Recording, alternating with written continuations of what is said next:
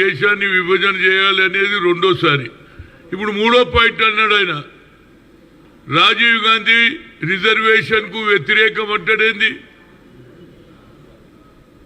అదే రాజీవ్ గాంధీ నేను PCC president అయినప్పుడు ఎగ్జిక్యూటివ్ అడిగిన, how I can follow the executive అని ఆయన అడిగిండు. హౌ యు ఆర్ మేకింగ్ అంటే, according to your mother she was the social justice, కాబట్టి నేను ఆ విధంగానే ఎగ్జిక్యూటివ్ కమిటీ తయారు చేస్తా అని చెప్పడం జరిగింది. అప్పుడు 23 జిల్లాలు ఉంటే ఆల్మోస్ట్ ఆల్ 13 నుంచి 14 జిల్లాల్లో బీసీ ఎస్సీ ఎస్టీలను వేసానంటే మోర్ దాన్ 60% వేసినా లేదా? అలాంటి నాయకుడిని కూడా ఇవాళ ఆయన చనిపోతే ఆయన మీద కూడా కామెంట్ చేస్తున్నాడు. ఇది ఎక్కడ న్యాయం? నాకు అర్థం. రాజీవ్ గాంధీ వచ్చి చెప్తాడా? చనిపోయిన ఆయన మీద చెప్తా. అయినా నేను నిన్నే అడుగుతున్నా, నేను ఓబీసీ ఎంపీస్ కన్వీనర్గా 3 సార్లు కలిసిన, 3 సార్లు ఒకటే అడిగినా, క్యాస్ట్ వైజ్ సెన్సర్ చేయి, అదేవిధంగా మా జనాభా ప్రాతిపదికంగా హైయెస్ట్ మెజార్టీ ఉంది, మాకు సెపరేట్ మినిస్ట్రీ ఇవ్వన్నా, 2 చేయలే. ఇవాళ కొత్త నాటకం ఆడుతున్నావు.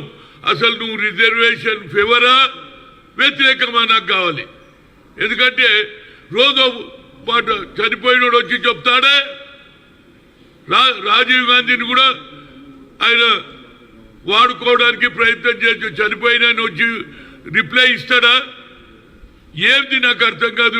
బీజేపీ వాళ్ళది అసలు వాళ్ళది అర్థమే అయితే లేదు. వాళ్ళు రిజర్వేషన్కు ఫేవరా వ్యతిరేకమా? నరేంద్ర మోడీ చెప్పాలి. రాహుల్ గాంధీ ఏమంటున్నాడు?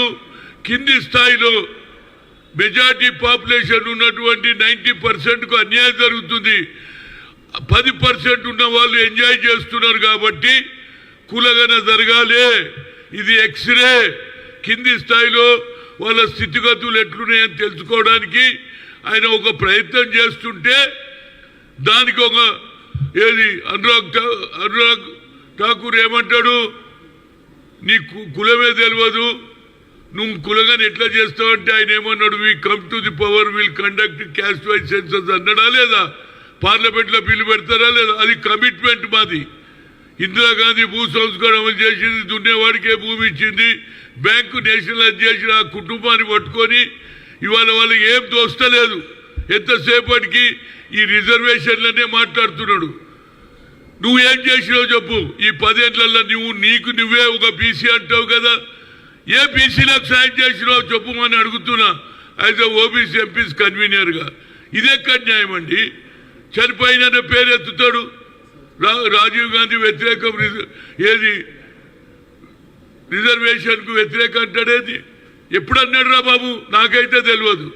నేను పీసీసీ ఉన్నప్పుడు ఆయననే అన్నాడు సోషల్ జస్టిస్ చేయమన్నాడు. పోంగానే తయారు చేస్తే 5 నిమిషాలలో సంతకం చేసిండు.